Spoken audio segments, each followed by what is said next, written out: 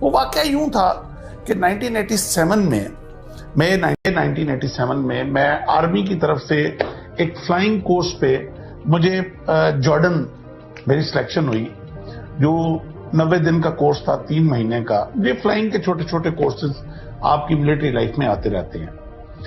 خیر میں 1997 میں جارڈن پہنچا تو وہاں ملٹری بیس ہے، کنگ حسین ملٹری بیس. وہ ایک ان کا چھوٹا سٹی ہے المفاق، مفاق میں وہ بیس ہے، کنگ حسین ملٹری بیس.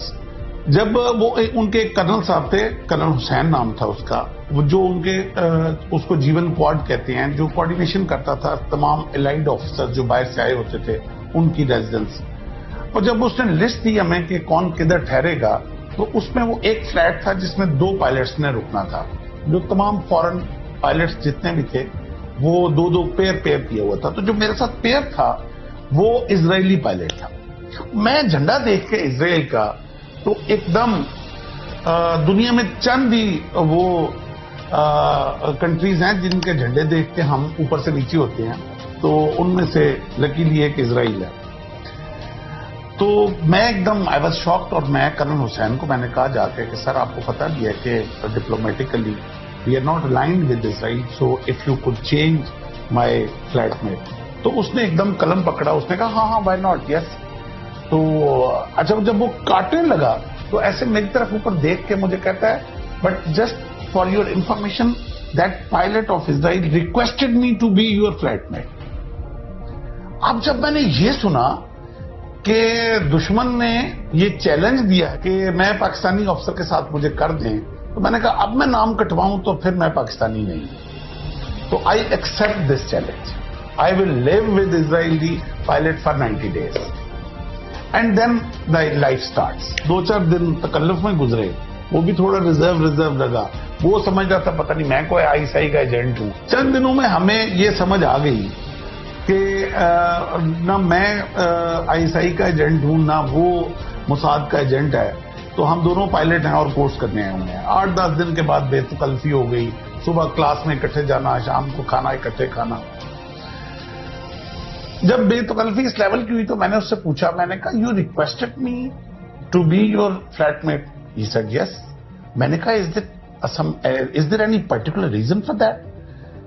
تو جو اس کا جواب تھا شعیل کا، وہ میرا لائف چینجنگ، میری پاکستان کے ساتھ محبت اس دن مجھے میری پیدا ہوئی میرے اندر. اس سے پہلے میں بائی ڈیفالٹ پاکستانی تھا، لیکن مئی 1997 اس واقعے کے بعد میں بائی چوائس پاکستانی.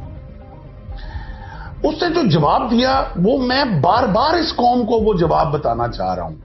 میں اس سے پہلے والی بھی ایک ویڈیو میں اس سے پہلے والے ایک پروگرام میں بتا چاہتا.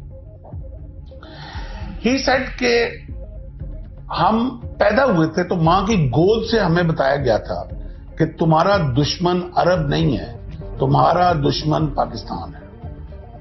کہتا ہے اس کے بعد مکتب میں آئے تو مکتب میں ہمیں پڑھایا گیا کہ تمہارا دشمن پاکستان ہے.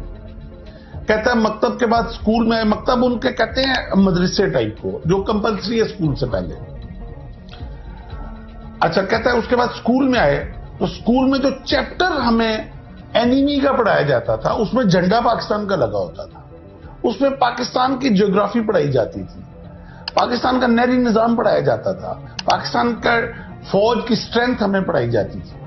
کہتا ہے اس کے بعد یونیورسٹیز میں، کالج میں اینیمی کے طور پہ ہمیں پاکستان پڑھایا جاتا. کہتا ہے پھر میں آرمی میں آ گیا. جب آرمی میں آیا تو ساری دشمن کی ملٹری اسٹریٹجیز جو ہیں وہ ہمیں پاکستان کی پڑھائی جاتی تھی.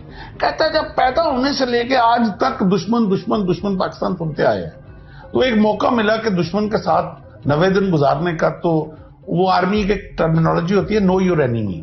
تو کہتا ہے نو یور اینیمی کا چانس ملا تو why should I miss it. میں اس کی بات سن کے تھوڑا سا میں حیران ہوا.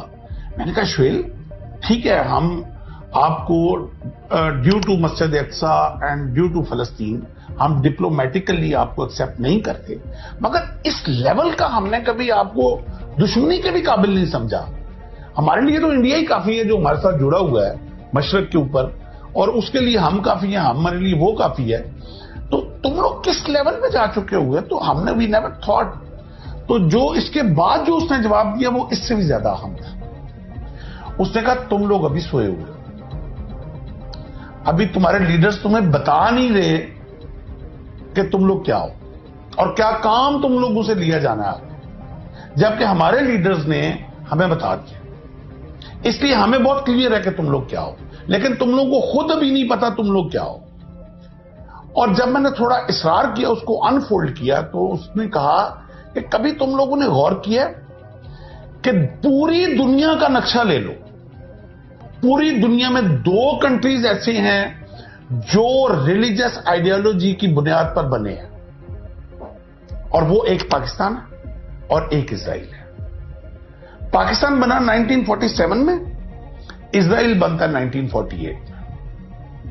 اب what a coincidence, what a coincidence کہ 9 مہینے کے عرصے کے اندر اندر 2 ملک جو کام جب سے دنیا بنی تھی نہیں ہوا تھا، اور وہ ایک ہی 9 مہینے کے اندر اندر وہ کام دنیا میں ہوتا ہے. پاکستان بنتا ہے 27 رمضان کو، وہ مبارک تاک رات جس کے لیے ہمارا قرآن بھی نہ انزلنا پوری اتری اس کے اوپر. ہماری ساری دنیا جانتی ہے کہ وہ تاک رات کیا ہے ہمارے لیے. جس رات فرشتے اترتے ہیں اپنی رحمت کے لیے، خدا فرما رہا، اور ساتھ وہ بھی اللہ کا ہے، تم کیا جانو گے یہ رات کیا ہے. اور اسرائیل بنتا ہے 1948 میں.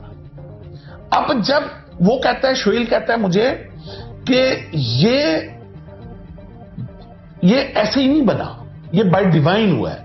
اور جب اینڈ آف دا ورلڈ جو جنگ ہونی ہے وہ ہمارے 2 ملکوں کے بیچ میں ہونی ہے. آدھی دنیا تمہارے پیچھے کھڑی ہوگی، آدھی دنیا ہمارے پیچھے کھڑی ہوگی، اور یہ اس کے لیے تیاری کی جا رہی ہے. اچھا، میں اس کی باتیں سن کے میں نے کہا یار یہ لمبی چھوڑ گیا ہے، یہ کیا بات کر رہا ہے. اس کے پیچھے تو آدھی دنیا کھڑی ہوگی، وہ تو سمجھ آتا ہے. امریکہ اس کے پیچھے یورپ ہے، اس کو بنانے والے یورپین ہیں، تو ہمارے پیچھے کون کھڑا ہوگا. تو اب آ کے وہ کیا کہتا ہے، اب آ کے کہتا ہے کبھی تم لوگوں نے غور کیا؟ ایسے اس نے نا سامنے وہ ایک پینسل پڑی ہوئی تھی جو ہم پڑھ رہے تھے، یہ ڈیورنگ اسٹڈی یہ ہماری ڈسکشن ہو رہی تھی. اس نے پینسل پکڑ کے نا کہتا ہے تم لوگوں کے اندر یہ کیپیبلٹی نہیں ہے ابھی کہ یہ پینسل بنا سکو اپنے ملک میں، یہ چائنا سے امپورٹ کرتے ہو، جبکہ اس وقت دنیا کا سب سے لیٹسٹ نیوکلیر ٹیکنالوجی تم لوگ بنا کے بیٹھے ہوئے. دس از اے میریکل.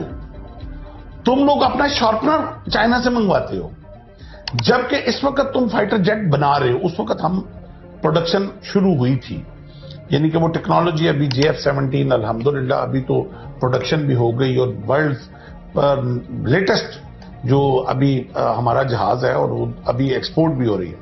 یہ مجھے اس نے 1997 بولا.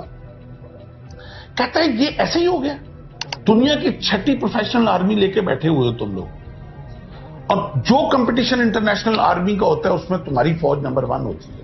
کہتا ہے یہ ایسے ہی ہو گیا، جبکہ تم لوگ اس وقت IMF کے قرضے کے اندر گڈے ہوئے. یہ کون کر رہا ہے؟ یہ بائی ڈیوائن ہو رہا ہے. somebody is doing it. یہ تم لوگوں کو خود نہیں ابھی سمجھ آ رہا. یہ جب آخری وقت آنا ہے، جب ہم دونوں نے آمنے سامنے کھڑا ہونا، تم لوگوں کو اس وقت تمہارے لیڈرز نے تمہیں غافل رکھا ہوا ہے. وہ بے تکلفی کی وجہ سے فرط جذبات میں بول گیا، یا کچھ ایسا بھی ہے کہ ہم پاکستانی ہوسٹ بڑے اچھے ہوتے ہیں. میں اس کو اکثر باہر کھانے کے لیے لے جاتا تھا، بل میں پے کرتا تھا. تو وہ ہماری جو اچھی ہوسٹ ہونے کی ایک قابلیت ہے نا، تو شاید اس وجہ سے وہ سچ اگل گیا میرے آگے. آپ یقین کریں کہ وہ دن تھا جس دن، اس سے پہلے میں بائی ڈیفالٹ پاکستانی تھا، لیکن اس کی باتیں سن کے میں بائی چوائس پاکستانی ہو گیا. میرے سارے رشتہ دار فورن کنٹریز میں تھے، میرے سسرال سارا فورن کنٹریز میں تھا، and they wanted me to settle in USA, and I had all the opportunities to do very good abroad. میرے پاس سب کچھ تھا، مگر I decided not to leave this country ever. اور میں نے اپنے بچوں کو بھی کہہ دیا